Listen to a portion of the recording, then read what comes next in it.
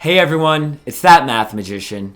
On this video, we're going to take another look at angle relationships, but this time we're going to see an example that involves corresponding angles. It's another angle relationship that we got to know, so let's go ahead and just jump right into this example problem where I have two angles that are set up as corresponding angles. Now notice, for this problem here, we have two lines that are parallel.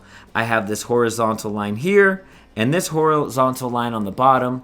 Those two lines are parallel. How do I know that they're parallel? Well, they both have these two arrow markings on it.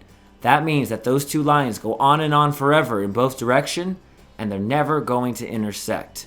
So we have parallel lines, but then we have this third line coming through, and it's cutting both of the parallel lines.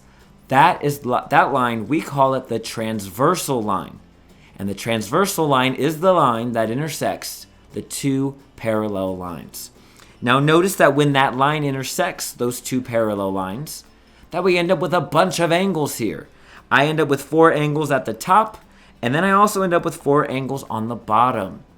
And because of that, we create a bunch of angle relationships for us to learn and to memorize and to use to help us to solve for unknown variables.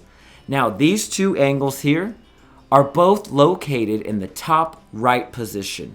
Let me show you what I mean. These 4 angles on the bottom, we see that the 99-degree angle is in the top right position. Now, notice that on my second set of 4 angles, that I have 3x minus 12 degrees, and that one is also in the top right position. Now, because of the fact that both of those angles are in the same position, but just in different locations along our transversal line, that actually means that they are equal, and we call them corresponding angles. They are corresponding angles because they are literally the same angle, just in a different position, okay? And because of the fact that they are corresponding, I know then that 3x minus 12 is going to equal its corresponding angle here on the bottom, which is 99 degrees. And look what I've done. I've created an equation with one variable that we can solve and to figure out what our unknown variable is. So let's go ahead and do that. I want to solve for x. I want to isolate my x variable. First step, I think I need to add 12 degrees to both sides. Doing so is going to zero them out on the left. I bring down the 3x. It's going to equal 99 plus 12 degrees, which makes 111 degrees. I almost know what x is. I got to do one more step first. I got to divide both sides by 3. Doing so will cancel out those coefficients on the left-hand side.